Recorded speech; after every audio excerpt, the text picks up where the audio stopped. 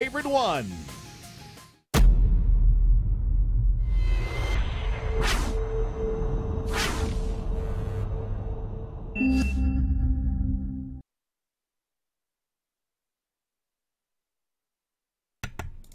Hello everybody and welcome to the third and final game between Cloud9 and Archon Dota. Oops, I thought they were Team Archon. Apparently they're Archon Dota. I should remember that. Either way, let's get into this. This is the Starladder Americas group stages. Whoever gets top 2 in their groups, there are 2 groups of 4, whoever is top 2 gets to go on through to those playoffs. And Cloud9, as we talked about, they are 1-1 in their group. Archon is 1-0. So Cloud9, if they don't win this, they are right out. Either way, we'll be getting into it. I'm joined by Vengeance on stats, and we've got PQMZ on as my co-caster. I attempt to salvage this, and it didn't work. How you doing? What do you think of an Alk second ban? Maybe just third game strats. You know, like now it's a best of one. You can pull out something that's, you know, maybe Archon just thinking they don't want to deal with that. 10 seconds Could be in their minds. Also, it could just be a ban that's relevant, but it's not like irrelevant because they haven't been prioritizing it. So it forces Cloud9 to ban the Doom, and then they get whichever hero they want, which is probably the Starladder. They prioritized it game 1 and was pretty good on the hero, so doing Tusk instead, a bit more versatile. Yeah. No, this is our only series of the day as well, folks. This is it for today. We will have some more Dota after the weekend for Starladder. I believe we have the entirety of the weekend off, but please do not quote me on that. So, let's get back into this. Yeah, Tusk for Archon, fluff and stuff. Good on that hero, just a little bit. And again, Cloud9, Shadow Fiend, Doom. I think they banned those two every game, right? Or am I forgetting something? They banned it last game as well. I'm not sure. They did the if it was first game, them I that remember. banned it. No, they did. Okay. I think it was them the first game.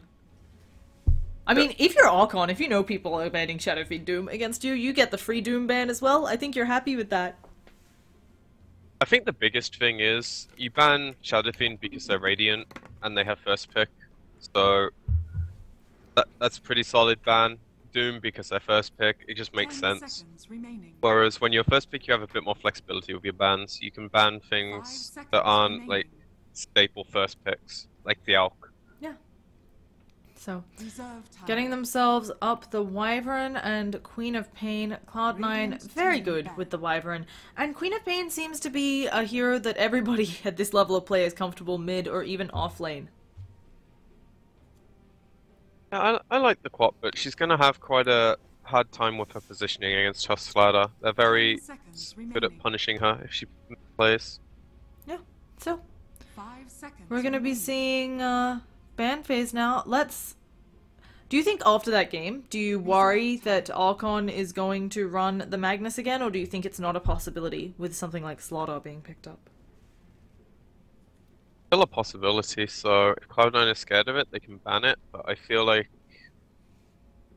they're probably comfortable dealing with it. I feel like last game it was just mistakes from their part as opposed to draft from Archon. Then again, you just lost to it, you might be feeling a bit down, so it's like, alright, we'll just ban it out, opt to not deal with it, make them pick something different. Depends what mentality T-Bun's in.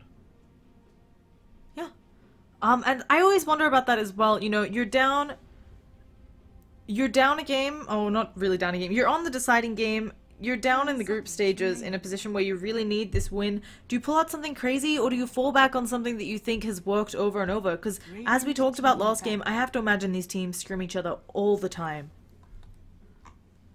I think it really depends on the draft. Like, Quap Wyvern is quite open-ended. There's not too much crazy stuff you can do off that in theory, but also quite solid, so you'll look to see what the opposing team drafts, see if you can fit like a niche pick in there, or if it just works out that pick what you're most comfortable with. Yeah. But most of the surprising heroes, quote unquote, are out. Like Elk's a really explosive hero who can surprise you.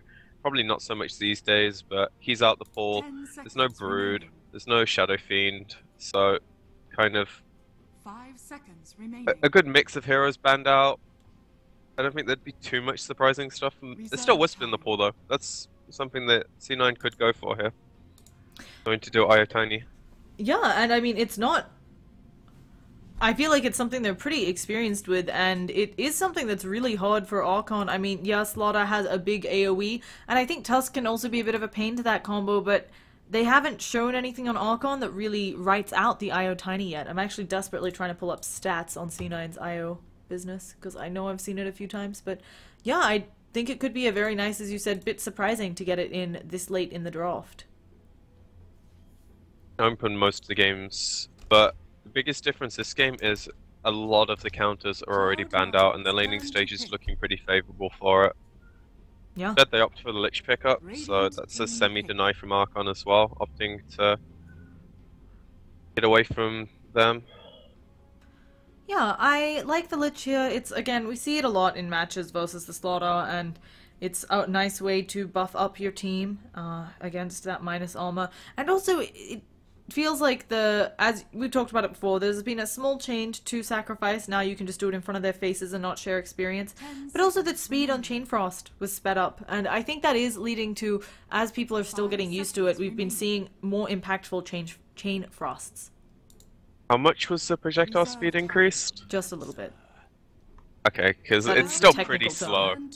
Yeah, but I think it's something where maybe you think that you've split enough or you're far enough away that it won't hit you and it's coming back at you. And it's the Venom answer, which Archon have a very good player with and very good experience. They generally run it on Moo, though. I would be interested to see if they're going to put it on Monkeys for any of these games. Well, if they're going to stay true to what they did last game, and the game where they played it yesterday, it's going to be a safe lane Venom, and they're going to look to offlane the Starladder and pick up a different mid. I think that's their preferred way of playing it, and I think it works fairly well. However, there is a lot of versatility with it. It could still be a support. And it's the Beastmaster again. This dominated that first game where they just were constantly split pushing. I wouldn't say that we're seeing an obvious split push lineup already, but I mean, Queen of Pain can certainly push quite a bit, and Cloud9 just needs one more hero to complete that lineup. Yeah, definitely. Beastmaster's also pretty good at fighting, so they have options with their draft like this. If plan A fails, they have a plan B. Whereas Archon, it feels a bit more get a pick off, get snowballing, take towers. That doesn't work. Admittedly, they still have another hero to pick, so you might see a bit more of the draft being defined here. But as of now, how they want to win this game is fairly obvious. Yeah. So, we've got Archon waiting on that next pick. This can also be a support Veno. I didn't think of that, actually. It doesn't have to be a core Veno. The hero is very useful. Sorry, were you saying something? You just cut out. I said about this possibility of a support Venom. Oh, I'm sorry. Alright. I guess you were looking stuff up at the time. Yeah, I was probably looking up. I couldn't actually find Cloud9's IO stuff, and so I was like super frustrated. Sorry, my apologies. 100% focus on the draft. No more trying to get some insider information using Dat Dota. But yeah, I feel like it's nice and flexible. The only thing I'm worried about maybe for Archon, they're doing better than in that first game, but they are still rocking just the Starladder Tusk as lockdown. And while Tusk actually has quite a bit if you chain together that Walrus Punch and the Snowball, Queen of Pain might be slippery, the Beastmaster might be slippery. And they kind of solidify that a bit now with Mag, so... Again, yeah, and this lineup now looking again very similar to those lineups that they like to run. I wonder if Cloud9's gonna ban out the Phantom Assassin. They go for the Jug. Actually, similar role. Yeah, I think it would suit them a tiny bit better, but this definitely forces Venom into a support role, which is fine. Tusk has been generally getting one item up and being able to buy the ward, so Venom's probably able to get some items rolling, which I think Hero desperately needs. Yeah, and so More I feel... importantly, levels. Yeah.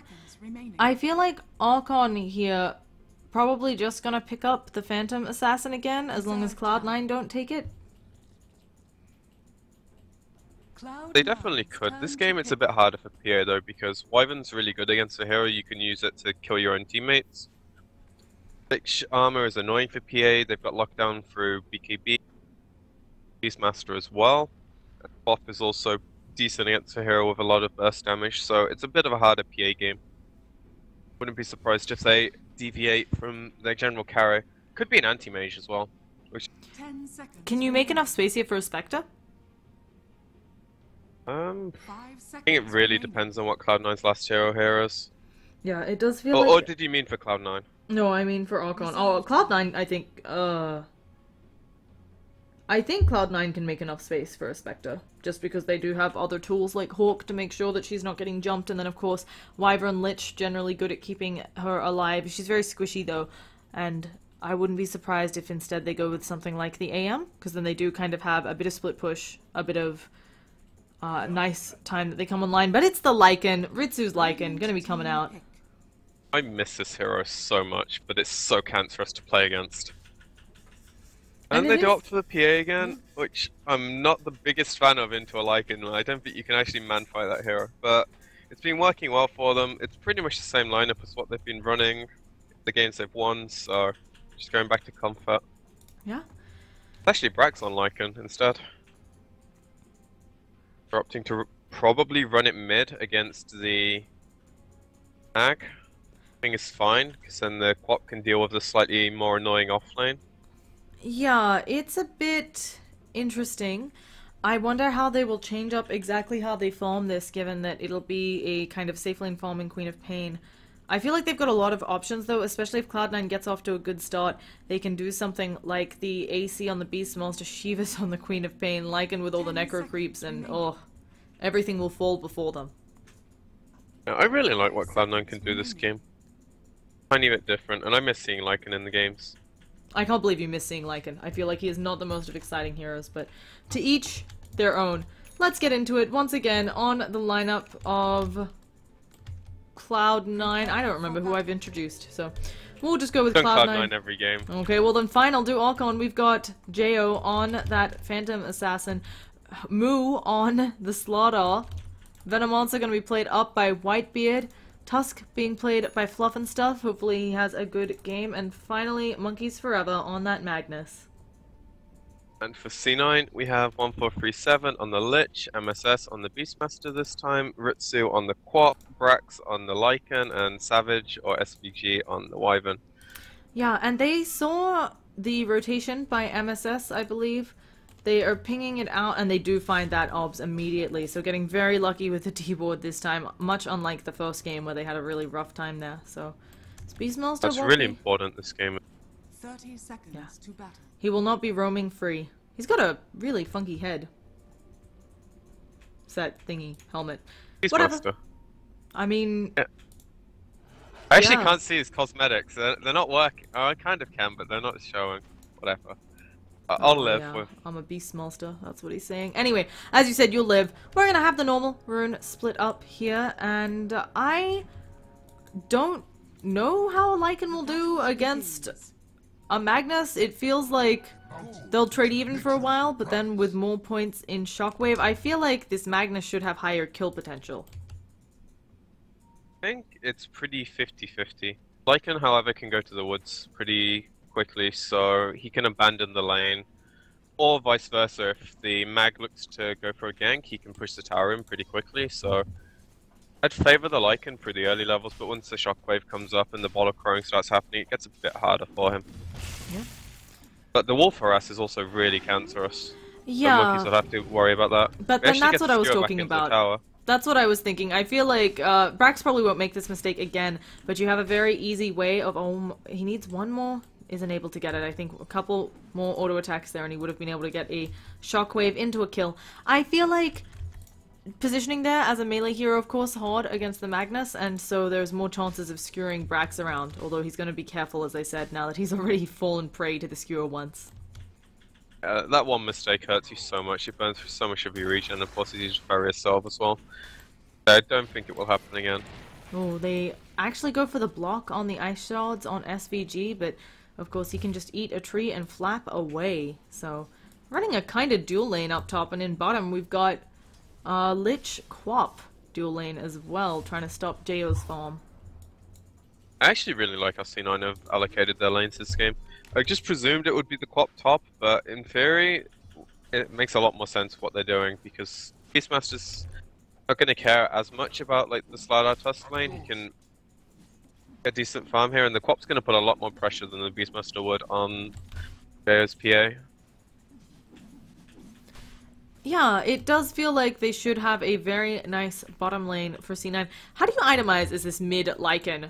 Do you end up popping yourself a bottle? Are you just trying to get items? Oh, he managed to get the regen, okay. The wolf tried for it, but ended up going down. That's actually a pretty big deal not being able to get the rune there with the wolf. But I think you definitely go bottle. You need to sustain against Magnus, and being able to secure the rune with a wolf and also harassing in the lane is really important. But I'd expect him to go for the pretty normal build. Maybe you see a medallion in there before the Vlads. People have been playing with occasionally. Yeah. So, in mid though, looking like Monkeys is having a really nice time up against Brax. He's got the creep advantage, and he's really just able to get a lot out of the wave, since, as you said, that early life lost for Brax, not doing him any favors in the lane. Now, top, we do have things looking fine for MSS as well. This is going to be a pretty formed Beastmaster, imagining the same build as last time, Necro Books into Blink. Should be about right. Blink is a bit more important this game though, because he's the prime source of initiation. Sure, they can have the Wyvern kind of fly up and ulti, they can have the Quap blink in or the Lycan run. They don't have as good of a lockdown this game, so maybe he opts for the blink first. But I could definitely see the Necrobook to fit with the Lycan timing, so they just have like double Necrobooks and they kind of run at your towers. Depends how they want to play. Yeah. Definitely merits for both. It'll be really interesting to see kind of how these team fights end up working, because certainly we've all seen how RP can be such a big game changer, but if you don't RP the Beastmaster, it's entirely possible that they actually goes for the skewer, trying to get a kill onto Brax. He will need another shockwave, and can he get this? He misses the shockwave, and now Monkeys Forever is the one on the back foot. There is a support, not rotating, actually just contesting the pull. I thought Lich might come in to try to be a pain to Monkeys Forever, and in fact, Lich maybe is coming in, but Monkey's gonna get a bounty, should be just fine. Yeah, that's really unfortunate for him. Doing really well mid, and the priority now. A few minutes ago, like they were about 2 or 3 CS. Now he's opened up a pretty big lead just because of harass, and now he has a lot of kill potential once he hits 6. Down bottom, Whitebeard actually just TPs straight out of lane, realizing he would not be able to walk it off with all of those slows, and does manage to get out with his life. So, a nice play there. And yeah, we hadn't mentioned this, but C9's lineup, they've got Primal Roar, they've got Winter's Curse. And I believe the mini stun, yeah, the mini stun on Chain Frost. Yeah, they have a lot of good things against. Oh, I meant Lockdown was light, other than those big long cooldown spells. Oh, okay. Sorry. Yeah, you can TP out a lot of their stuff this game as well, but It's alright. I think it might be one of those games we've seen where, you're having trouble getting the damage on the enemies, and now Moo going in onto SVG doesn't have Cold Embrace skilled yet. They're gonna snowball in onto SVG as well, and that'll be our first blood coming out onto Moo. Fluff and stuff, doing work. Yeah, he's fairly squishy once he Arctic Burn if he's not able to like fly over the ice shards or something, and MSS doesn't have level 6 yet, so he can't protect him when anything like that happens. Yeah. However, 5 minutes in for him to only die once to this fairly aggressive lane, I think is fine. They're getting lots of levels on the Beastmaster as well, considering it's a dual lane. Now, Magnus has an RP up, he's hit level 6 already. This early in the game, I feel like you should use it, or it's kind of you lose it. But as you mentioned, he feels maybe a bit scared that if he leaves mid lane, he'll lose a lot of damage on the tower. Do you try to make something happen with your RP, or do you just wait until you have Blink or get a lucky haste rune? Or an Invis? Definitely try and use it on the Lycan, or as you say, if he gets a good rune, maybe he goes for a counter gank with a TP. I expect him to just sit mid and try to get his items up before he moves around too much, because it's the other game, it's quite hard for Mag to move around before he has his items. It's just a bit clunky. Like, trying and walk up to people, and it doesn't always work out. He's actually pressuring the Lycan's farm a bit here, so he's accomplishing a lot by just staying in the lane. Yeah, he's definitely dominating this mid lane. I mean, Lycan's having a really hard time. He's taken a number of those shockwaves, and yeah, now he is dead. Snowball in. Couple more auto attacks. Can they get them? Yeah, they use the skewered. Not sure if it was needed. And, they get a kill on Lycan. From Fluff. Yeah, and as you said... around, they can kill him again when he has RP. It feels like a bit easier to rotate this game than Lost. The lanes are just more free-flowing this game. There's not, like, a definitive lane that you can't get kills on.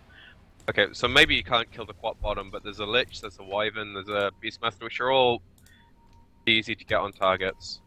So and he has better follow-up this game, I feel like. One of them's about to expire, but again, they got a super deep ward. C9 seems to love this. I'm a bit surprised they didn't smoke it out on Archon. I've seen C9 do this in a lot of their games, so maybe it's a spot you check. It didn't seem to have much impact, this game, but I do feel like these deep wards really help, as you said. You get vision of folks when they're coming in to the towers and so on, and you can just gank, dive towers and know if rotations are coming more easily. What's like this though are generally a bit more valuable when the laning stage breaks down.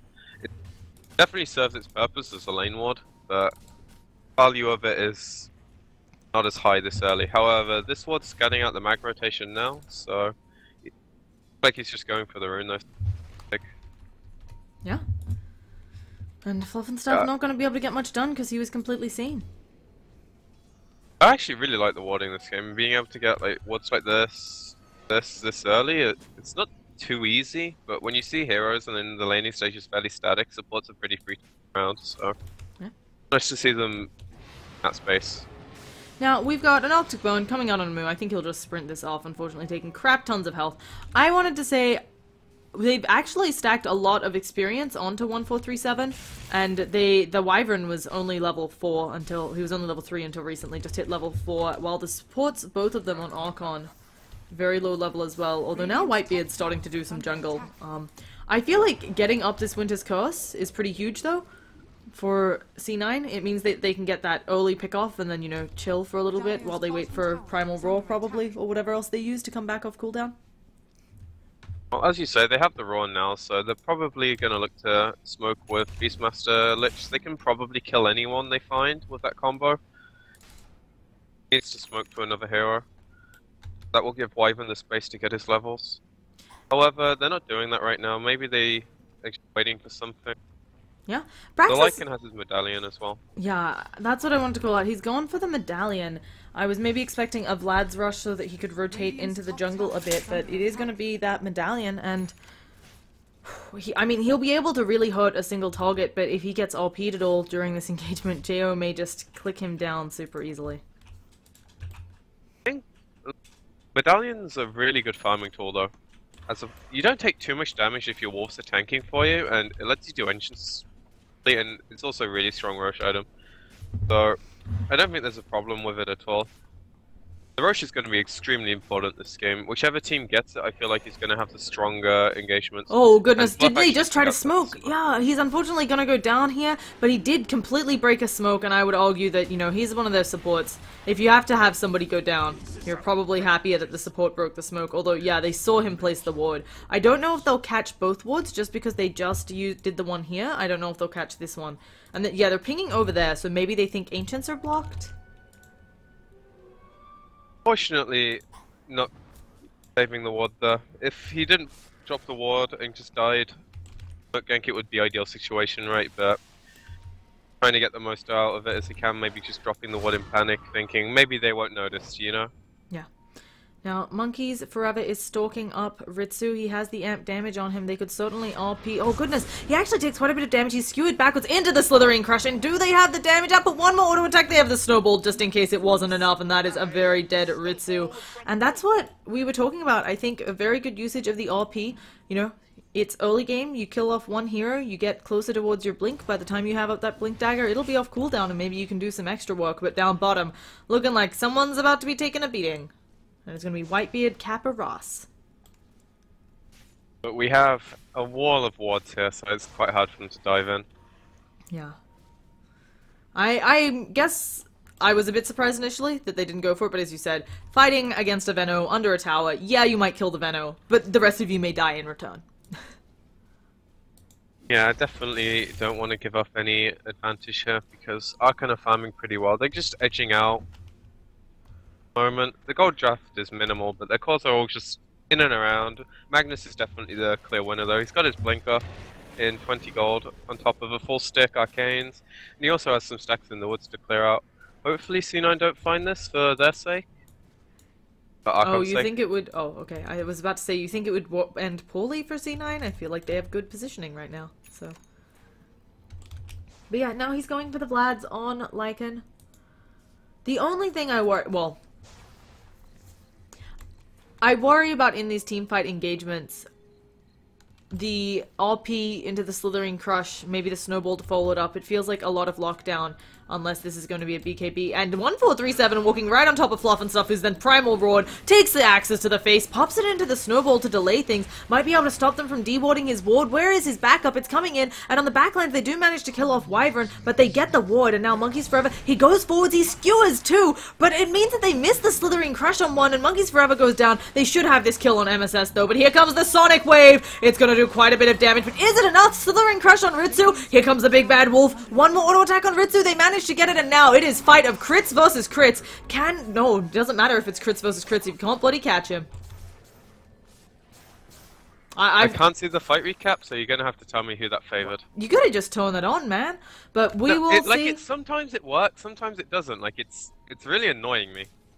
Like, it was okay, slightly in favor. Oh, yeah, it just takes a while. The game has, the way it's programmed is it tries to wait until the action's done, which unfortunately does mean that if you have long drawn-out engagements, it doesn't catch it. But slightly in favor of Archon, pretty even overall. I think the real winning part for Archon there is just that their Phantom Assassin did survive, and now is gonna get this big fat old stack. Although I believe, Lycan got quite a bit of gold off of that too, yeah, finishing up that Vlad's. Another thing to note is they didn't use RP there, so they have that available to them again. Yeah. So. And J.O. using a salve 13 minutes into the game, I love that. Efficiency, if you know you're gonna farm a big stack, you just buy salve, then you can continue farming. And now he's got the helm, so he doesn't need to buy any more salves. Exactly. Now, taking a look around, we're gonna have some nice item pickups. As you pointed out, we got the helm on J.O. Whitebeard is rocking shoes, guys. He only needs one, because he's the Wiggle Snake. He's kind of got 1 foot thing. Tusk, also with the Tranquils, Fluff and Stuff likes to save up for the Blink Dagger, which I think would be really nice here. Just somebody could be in trouble. You can actually, it's hard. You can do the snowball over the cursed unit and then pick them up and save them, or pick up people attacking the cursed unit. You can also, depending on how good you are at it, pick up the people who are attacking the cursed unit just by blinking next to them, but not the cursed unit. It's it's difficult, though. Can be a bit messy. Yeah, it's hard. That second one that I said there is much more difficult than just rolling over the cursed unit, as long as you've got something you can roll to. So, both cool plays that we might be seeing come out this game. And Blink Dagger... More importantly, the Raw, I think. The curse is nice if you can do it, but saving people from the Raw is so annoying for the Beastmaster. Yeah, it definitely means... It's kind of interesting because sometimes the Beastmaster just uses the Raw to take someone out of the fight, but of course here... Oh, the Pop is dead. Oh yeah, she's taking another Slithering Crush, but she's got a lot of backup and dead, you say, but there's a Winter's Curse coming out, and the Lich ulti bouncing between the Moo. Is he gonna find a way out of this? No. Slithering Crushes, he's trying to walk it off, but there is a Wolfman on you, and that is a very, very dead, Wolfman. They saw that smoke, I think? I'm not sure. Yeah, Mad Pings. Yeah, well, Mad Pings, that could also be like, you fed, you idiots. No, but that was Monkeys doing it, so I don't know, maybe it was like they have vision there, but they should be able to get the Roche. There's not too much Archon can do about this without 2 of their cores. And Cloud9 getting themselves a bit of a gold and experience lead with that one, and not feeling like Archon can do anything since they don't have their cores with those big spells. This Roshan not going to take long enough, I think. It's actually being pretty slow because just the Lycan is doing it, but not long enough. But they're going for it. They think it's lower than it is, and oh gosh, they Venom Bomb everybody. Splinter Blow's flying around, but it is not enough. 1437 is dead. Jo is still full health. Whitebeard might be down, but I think Jo can turn around and fight and kill off Brax. He has vision of the TP, but no. Monkey's Forever gets the skewer, and that's a dead Brax. Now they're working on SVG over on the side. Physical damage immune, but you're still ticking down to that scary, scary Poison Nova, and now let's see if they can catch out MSS, and they can. So, I don't think they'll catch out Ritsu here. Yeah, the Blink Hero a bit rough, but a huge turnaround coming out of Archon, and they'll get themselves the Roshan as well. Nice of Cloud9 to weaken this baby up for them. Yeah, I guess Cloud9 were just... They wanted to zone out the heroes from Archon, but they didn't commit enough damage to the Roche, so they actually gave time for the heroes to respawn. Oh, the Ice Shards blocking the pickup! Sorry. At least they didn't deny it or not pick it up. Yeah. You know, it's good enough. I'm actually really surprised that Cloud9 didn't finish that faster, but they only... Archon just threatening. Yeah. Much. Whoa, I didn't know the Tomato had like a sword sticking out of his... Oh, is that the dagger effect? Yeah, I'm really small. I didn't know that actually stuck a sword into someone's back. Oh well. Just small things. I normally play on like low quality because I used to game on a laptop, so I don't notice these things. But on topic, I wanted to say I think the Roshan took a really long time because they only had Brax working in on it. They could have actually brought in the Beast Monster or something, which would have sped it up, of course, with that inner Beast passive being there as well, but decided not to. And we have a little bit of a gank coming out from Archon. They threw out the dagger too quick for her to be able to use that Cold Embrace, and now Brax is running away. He should be fine. He is really fast, but that's transformation down. Yeah, they're gonna get a tower off that rotation, so definitely worth the smoke usage. Killing a tower is always favourable. However, they're gonna have to look to defend bottom here, or look to push tier 2 and just give up bottom, because MSS is pressuring. Yeah, with his double boars, which only have 2 legs. So he is... Oh, they pick up a haste rune. Monkeys Forever could make something big happen here if they're not careful. They've got wolves coming in, but he's already blunt forward. Uses the RP, immediately Primal Roared, but where is the rest of his team? And that was the save from the Primal Roar in the snowball. And now comes the crits from Jo with the Empower as well, doing so much damage. Jo hitting like a truck, hitting fast like a machine gun. He is the famous machine gun truck that you've heard so much about. The snowball was actually really big as well, because I think it would have been like a few bounces on the Chain Frost, but... Oh, we have an engagement continuing. They Slithering Crush actually getting out of the AoE. I think they're worried about that Winter's Curse. They're gonna Cold Embrace up one of the wolves instead, missing out on Brax, and now Brax actually dodges the Slithering Crush on accident, but that was a big misplay from SVG, and he's gonna hear about that in the morning. Going down to Jo's crits, and they're in good position to take this bottom tower. They didn't lose the bottom tower that you were talking about them pushing, and they might be able to siege a tier 2 off of the back of this. So, really good series of play coming out of Archon, and you can see from this net worth, we just had like a 7,000 gold swing. Benno wasn't even there for that, so he's off farming. Meanwhile, this is like ideal Dota coming out from Archon right now. Using 4 heroes with an Aegis to get advantage, letting 1 hero base you're making. Yeah. And now the Sanj and Yasha is up on Phantom Assassin 2. I don't know why I keep trying to say Phantom Lancer and we just had Phantom Alassin. Like, what does that even mean? But Alassin? Alassin, I like yeah. Anyway, she is going to be tanky and also hitting like a truck with her lucky crits, so she's doing well. Venno getting close to his Blink Dagger. I'm not sure if he'll go for the Axe first or the Blink Dagger, but might just want the Blink Dagger to make sure he can follow up on the RP and not have to be relying on that snowball in. You could see a Force as well for like more saving purposes. Definitely, I feel like a utility item here is better than an Axe straight up. Yep. Help your team out. Maybe even a Glimmer Cape. The Glimmer's not as good when you're playing against double Necro. And again, Magnus going for the Shadow Blade. It's, again, as you said, it's hard maybe against double Necro. Double Necro?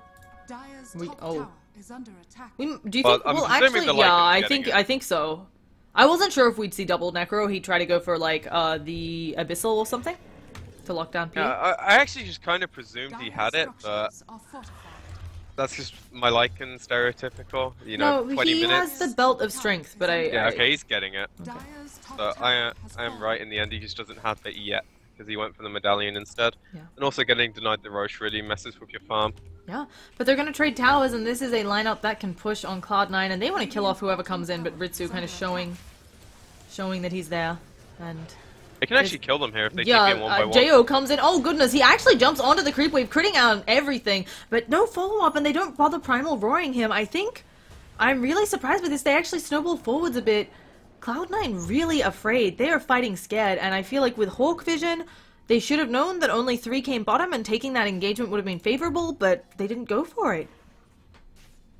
I think it's the safer option not going on the HSPA there because there were TP rotations available, I'm guessing, from... Okay, Monkeys didn't have one, it was on cooldown, but I'm sure Venom did. It would have been really long, though, the TPs. I don't know, there was only one TP to this tower, so it would probably be like a 5.5 second TP.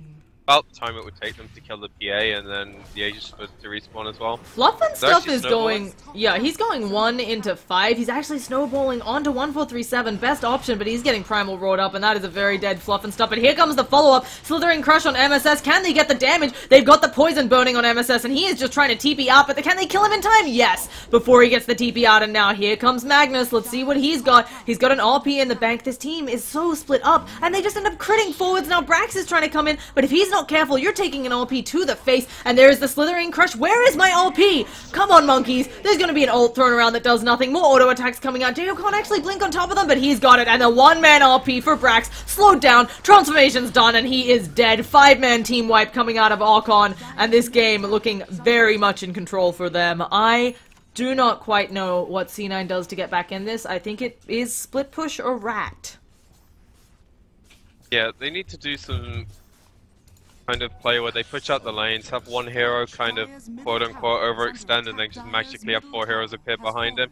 Rinse repeat about 5 times and hope Archon is stupid enough to fall for it that many times. That's their way back into this, because they can push out lanes, they have decent vision from the Hawks, so it is possible that they come back. Very unlikely, but it is possible, and they have to play for that. They can't just play where, okay, we're going to defend our base with Wyvern, with the Axis from Beastmaster. If they do that, they're just going to get out-farmed and out-late gamed. They have to do some kind of play that puts it favourable for them to actually win this game. Yeah. Fortunately, it's a really risky play. Yeah, it's not looking good for Cloud9. And this is the funny thing, I feel like they actually did pretty okay in the lanes. Ritsu definitely won his lane. Top lane seemed to be one where MSS got a lot of farm. Mid was lost by Brax, but we've talked about this before. Cloud9 is a very, although Archon has it, Cloud9 is a very experienced team with members like Brax and 1437. Archon also has some old timers though, being Fluff and Stuff and Jo. I think Jo has been in the scene forever, is my understanding. He played over in, was it SCA as well, for a while? He played on Rave. I know he was on EG a long time ago, back before I think I even knew what Dota was, but I could be wrong on that one. So, yes, he played on Rave most recently, who didn't manage to get to TI. Oh, there's also daggers everywhere. I like this. But, oh, they have the jump out. There's the Walrus Punch. There's the follow-up. MSS is blown out of the map with a 1,131 damage crit. Damn, it feels good to have good RNG. That was really fortunate timing on the daytime. I don't think they had vision otherwise, so he might have lived, but fortunate for MSS. Yeah. And Jo has the Basher up, going to be working towards that Abyssal Blade. Another thing They're double TPing down bottom as well to try and catch rats. Yeah. Another thing I'm maybe not so fond of on C9's lineup, they've done this for a few games, they're trying to force the Lich to build the mech, and it feels like it comes out too late to be impactful, and Brax needs to use that transformation, but he might be stunned up. RP as well, they stacked those, and now, can they do something with this Winter's Curse? Monkey's Forever taking a lot of damage, uses the skewer, the shockwave doesn't hit, and now Brax ready to turn around. Moo taking way too much damage, uses the Slithering Crush, but the beautiful Splinter Blast, he's gonna get 1, he's gonna get 2, and Brax getting himself a nice crap ton of gold, is the technical term. But we have another engagement where Ritsu went down somewhere, somehow. Guessing the snowball followed his blink or something. Way he dies. Maybe Jo just happened to like slow him down and they caught him down after the dagger. Oh goodness, and they know they don't have the Winter's Curse, but I don't know if they want to fight here either. They blink up to the high ground, they actually throw out a dagger. I think if that crit Jo might follow it up, he might follow it up anyway. He's just gonna knock out 1437, he decides better of it. Does he know the state of the Primal Roar? He should have a good idea that it's still up, having his teammates yell at him, hey, it wasn't used on us, and so he is going to get the hell out of there. But yeah, he got lucky bashes. Jo's doing well with the RNG. You can see that he practices his crits, practices his bashes. That might be why they just keep picking RNG. Yeah, I would But actually... that's exactly what Cloud9 needed to do where this happened. If they can continue doing that, it works out favorably for them, then they have a way back in. Yeah. Unfortunately, placing wards like this is not the ideal way of getting back into the game. Oh, and there's gonna be a Walrus Punch up. Cold Embrace delaying MSS's death. Can they turn this around? 1437 coming in, but he's stunned up. The Lich ulti doesn't end up bouncing enough, and while the Primal Roar came out, I think, yeah, there's one crit. Let's see if Jo gets to finish up other people or if Moo finally gets a kill. Moo illuminating them. He's getting a bash, but nope, Jo takes it. You know, just a casual crit, and now they're working in on SVG. There's a snowball as well. While Kappa Ross might go down elsewhere, it is not enough, and yeah, Lycan gets a kill on mid. They're gonna take your tier 2. He's got such fluffy tails, though. Attempting to rush, but he's not up yet, so Radiant's middle tower gonna have to is push under out attack. lanes. Maybe one of them stays in here, or they leave the sigil to scout it out because it can spawn any time. Yeah. So, Jo just gonna return to farming. I figured the Abyssal. After the Abyssal, use Satanic Bots and then maybe something else? Or do you think there's maybe another utility item he can go here?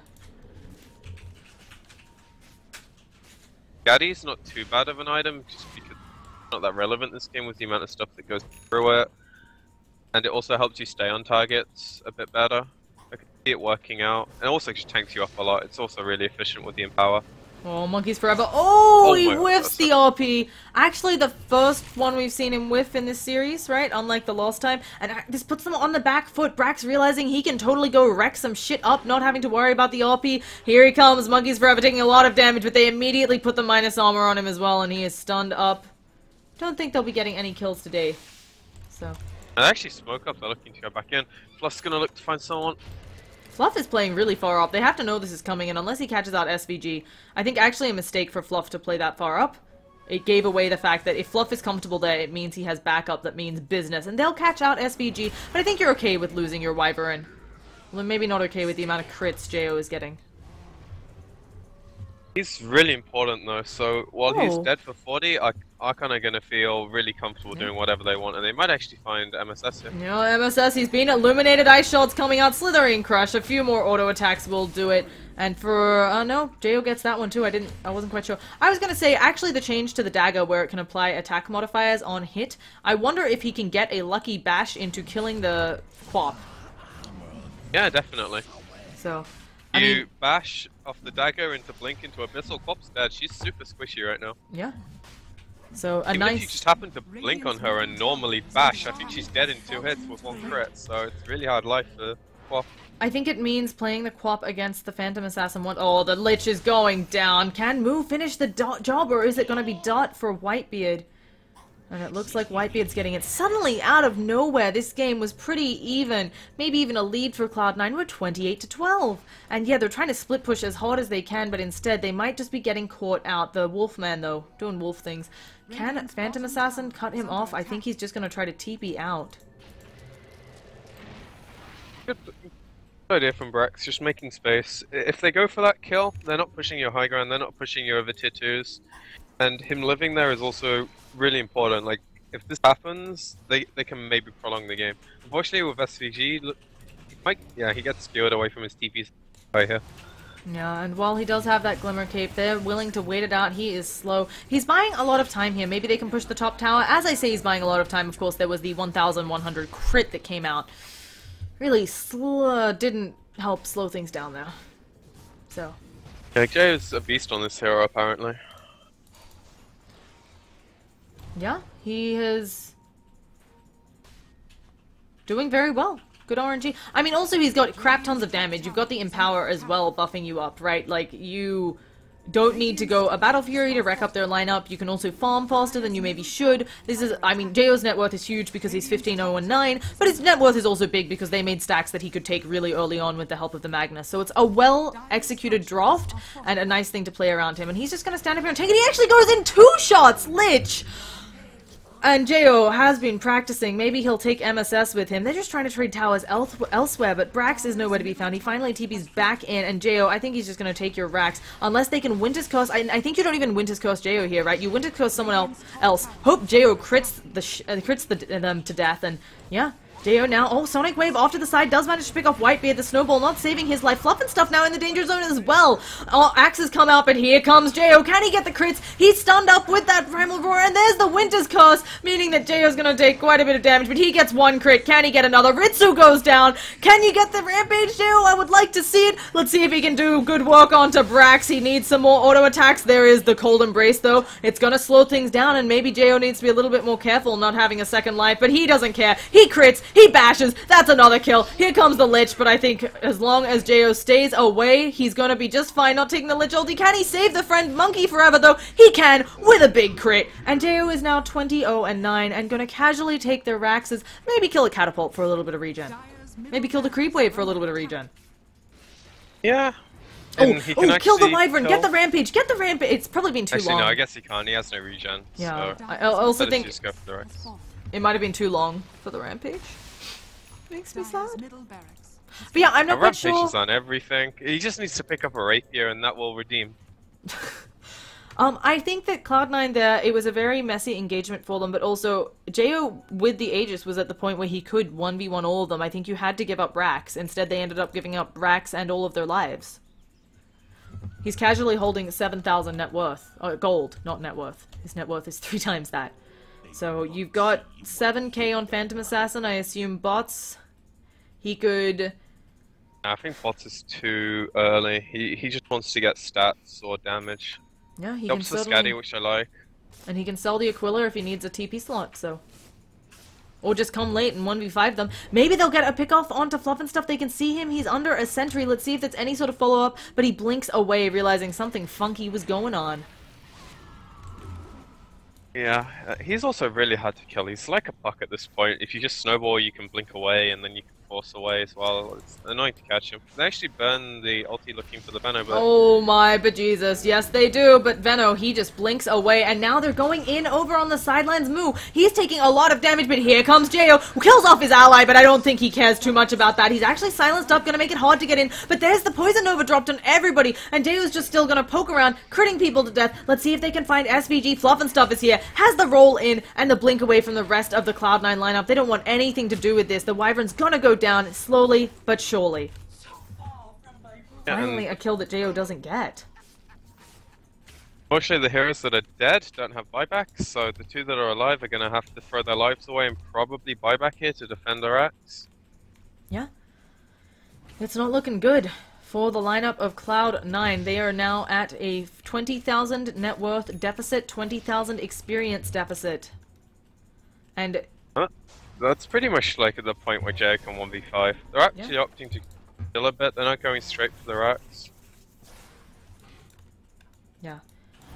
But they're in a snowball, and can they get the crits? They actually take a while to kill off Brax, but as you said, he goes down once, might have to buy back and go down twice. I don't think they have the defense on C9. Unless for some reason Archon decides to go in 1-by-1, I actually do not think they can possibly defend this against the hugeness that is Jo with the Empower.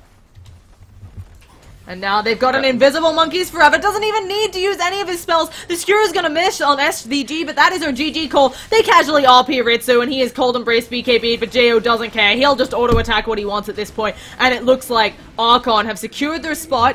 I'm pretty sure they've secured their spot in the top 2, and C9 is out of Starladder playoff contentions with 2 losses in their side of the group stages.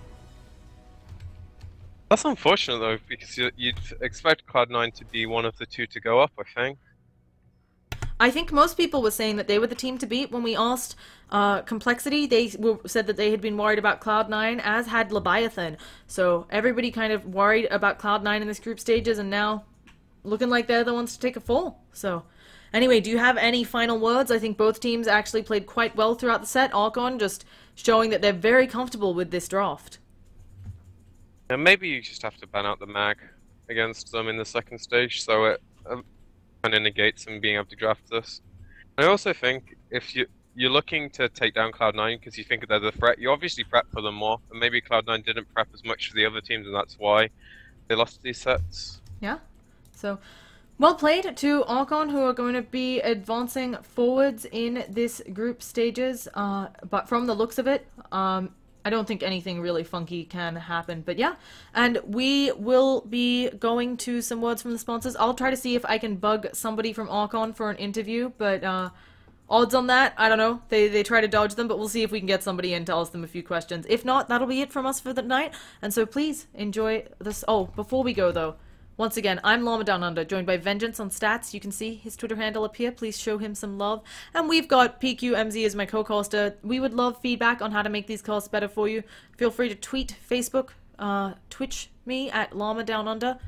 Twitch me sounds really weird. I won't say that one again. And give us your feedback on how we can improve the casts. Once again, thank you for watching, and here's some words from the sponsors.